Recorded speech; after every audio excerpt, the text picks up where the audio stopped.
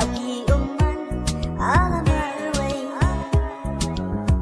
Bayatu kana lengkilam Makila don la tasaway Mangka mensim lamar jangki Yauki umman alamarway Bayatu kana lengkilam